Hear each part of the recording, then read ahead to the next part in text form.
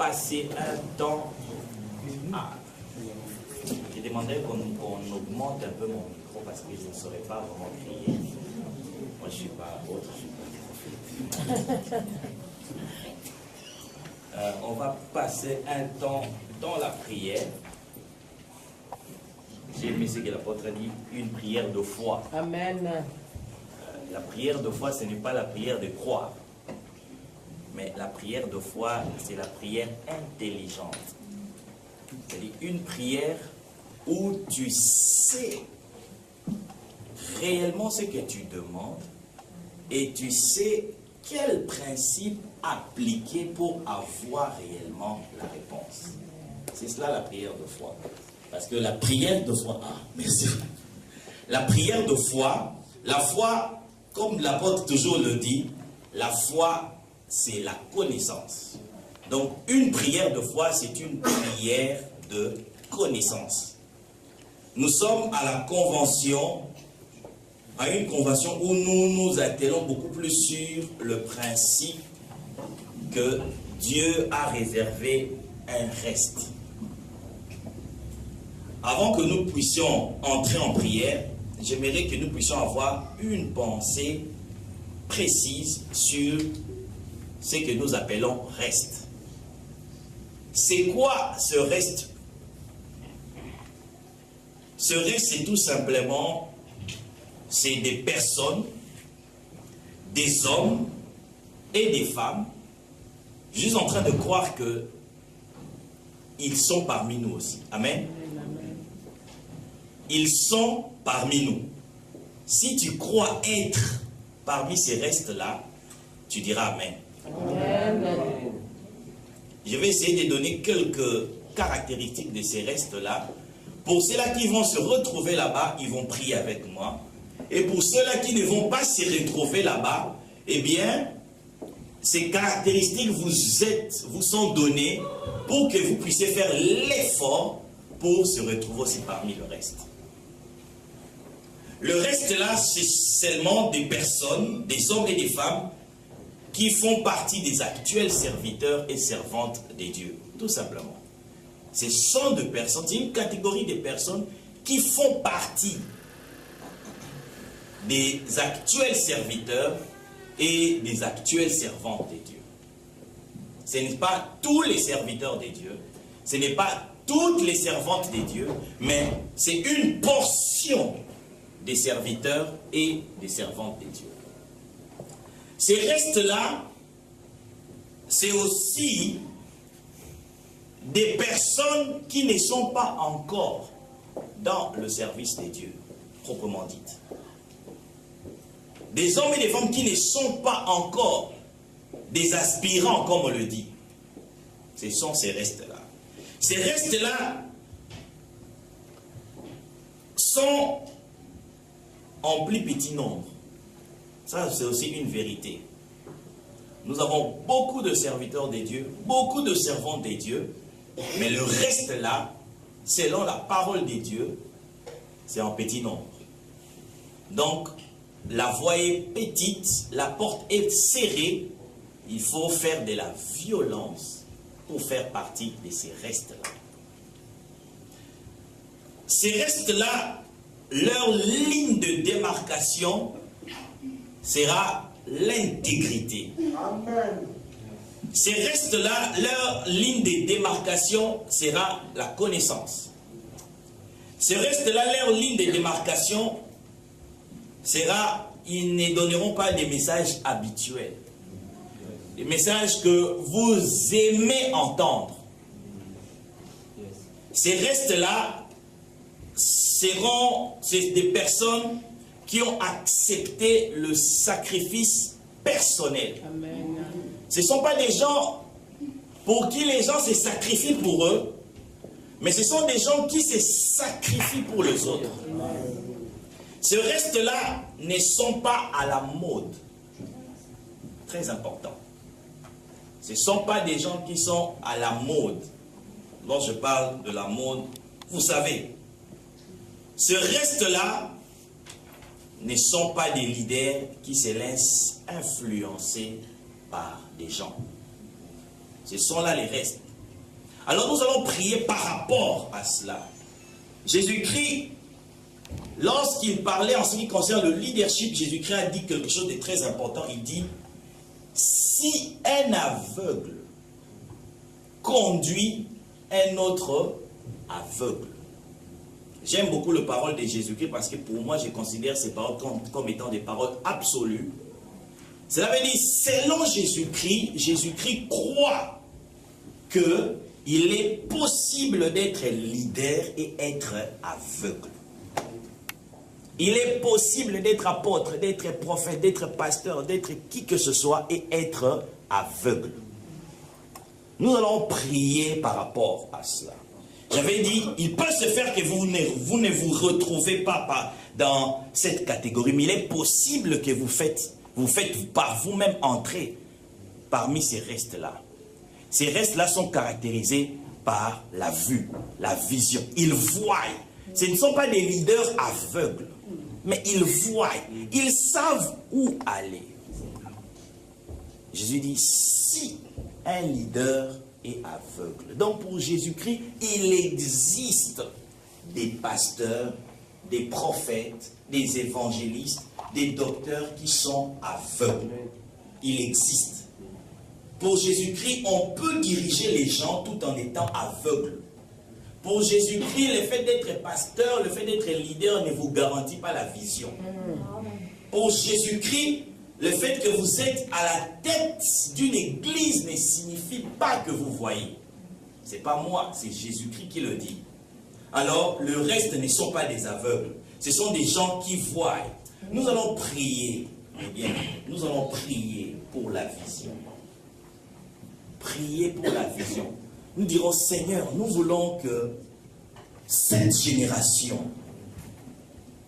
la génération pour laquelle nous croyons qu'elle fait partie du reste, que les leaders de cette génération soient des leaders qui voient.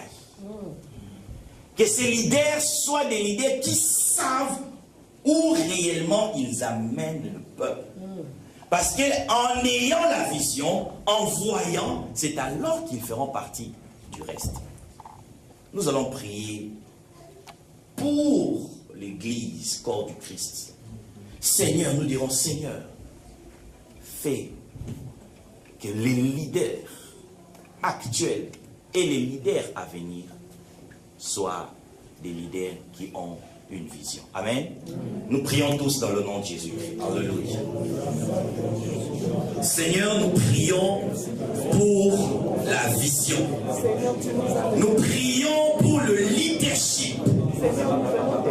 Seigneur, tu déclares qu'il est possible d'être leader et être aveugle. Yahweh, nous ne voulons pas, Seigneur, être des leaders aveugles. Fais-nous grâce, Seigneur.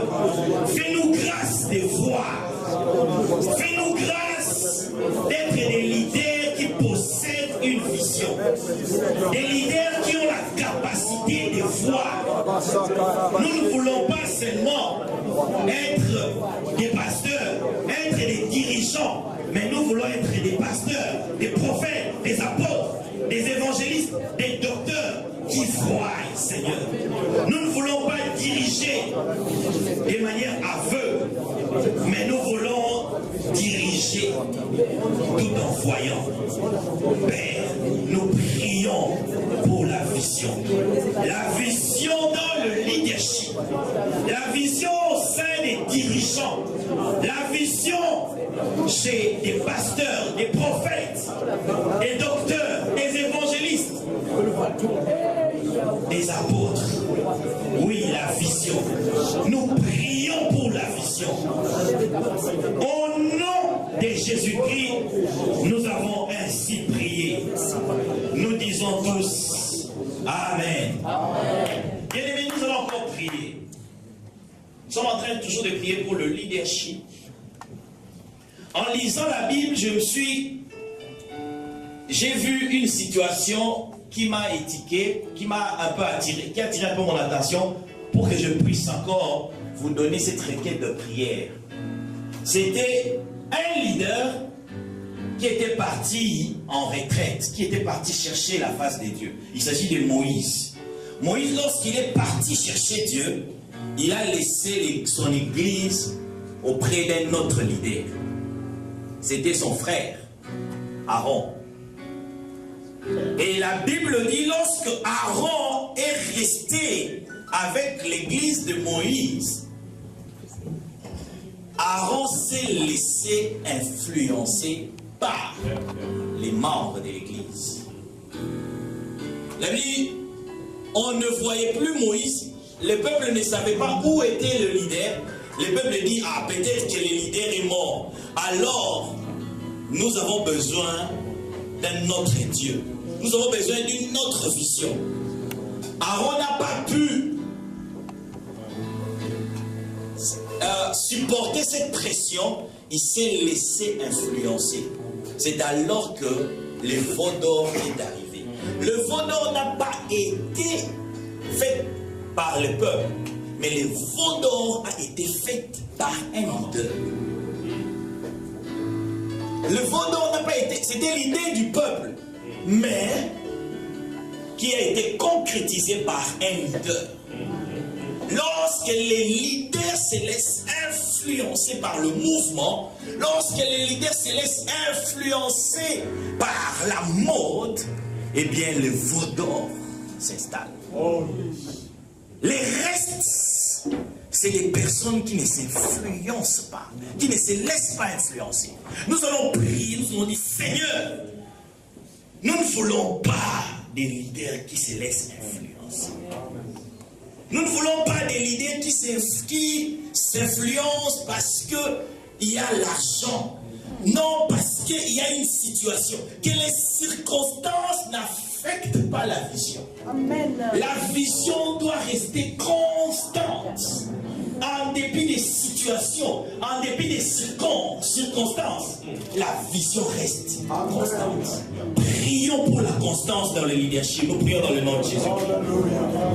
Au nom de Jésus, nous prions pour la constance dans le leadership. Seigneur, nous ne voulons pas des leaders influençables. Nous ne voulons pas que les leaderships d'aujourd'hui, les leaderships de notre génération, se laissent influencer par les dérives de la société actuelle.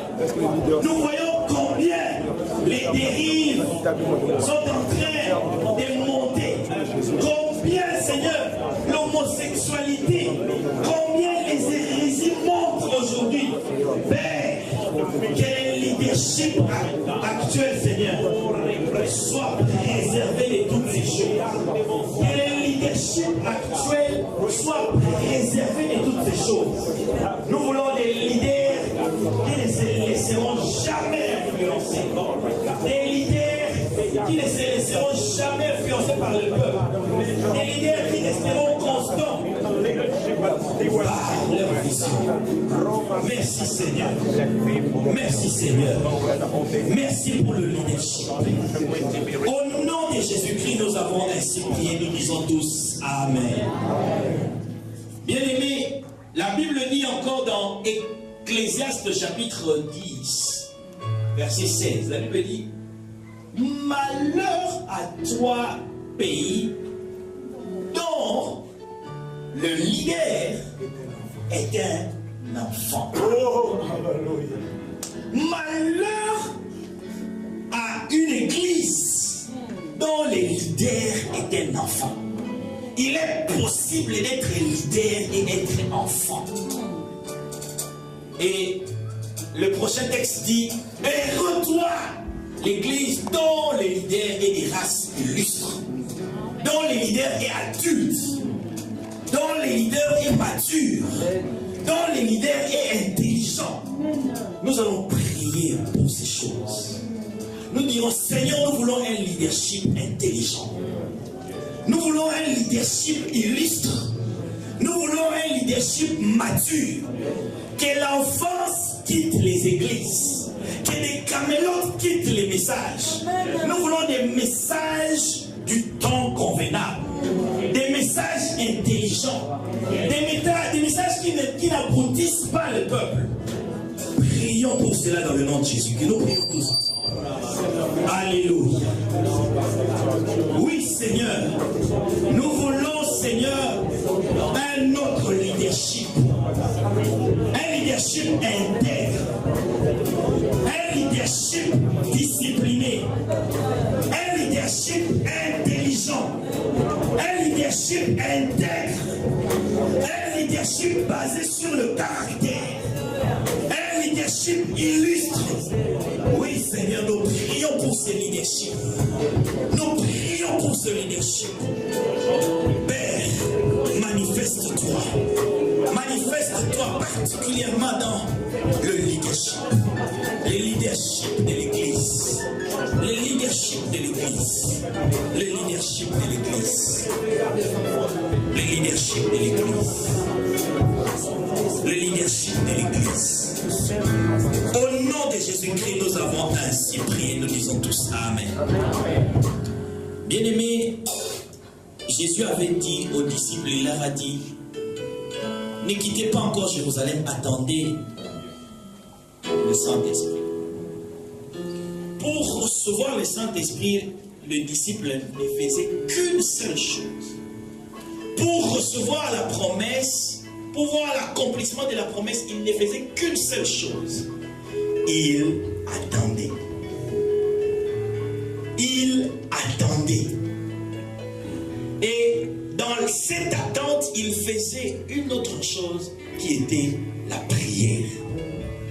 La Bible dit, lorsqu'ils étaient ensemble et ils priaient, c'est alors que l'Esprit est descendu.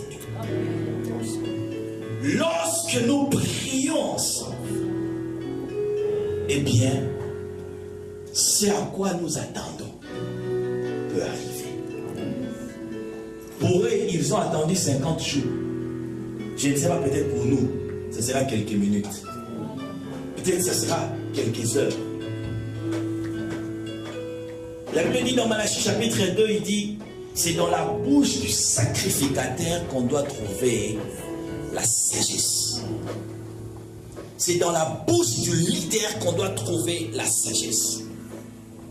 Nous allons prier pour cela. Nous dirons, Seigneur, nous voulons des leaders sages. Bien-aimés, les défis du leadership de cette génération, ça ne sera pas l'onction.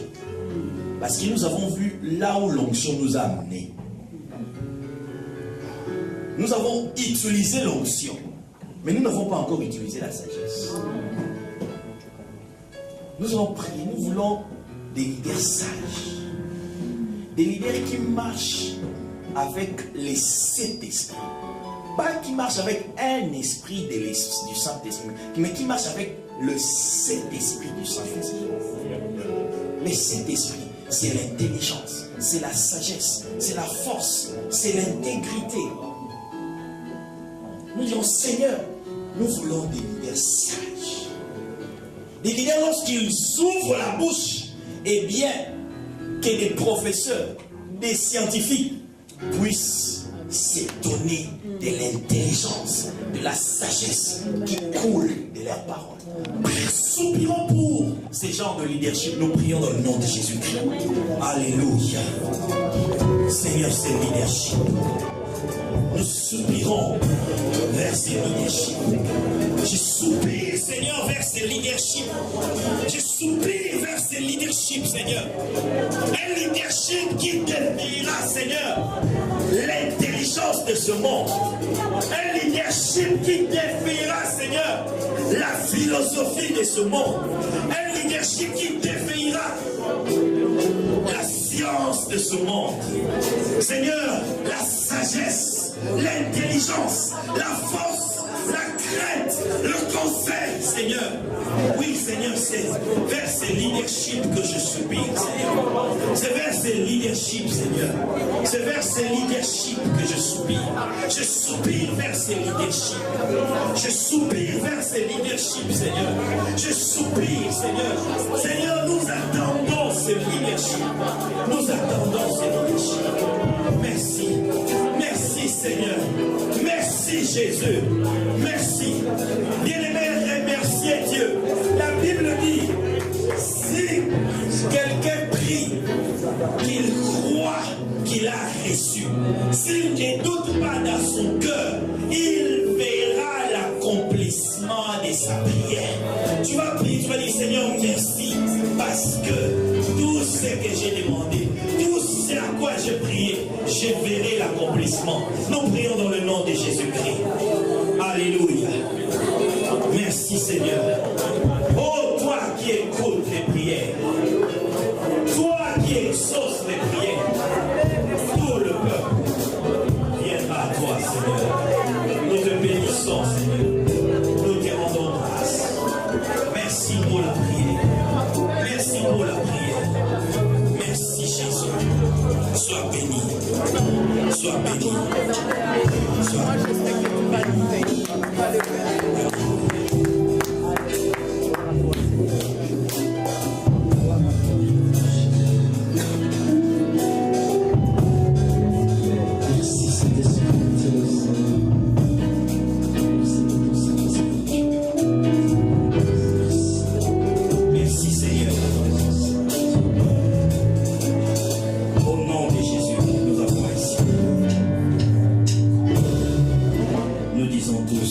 Amen.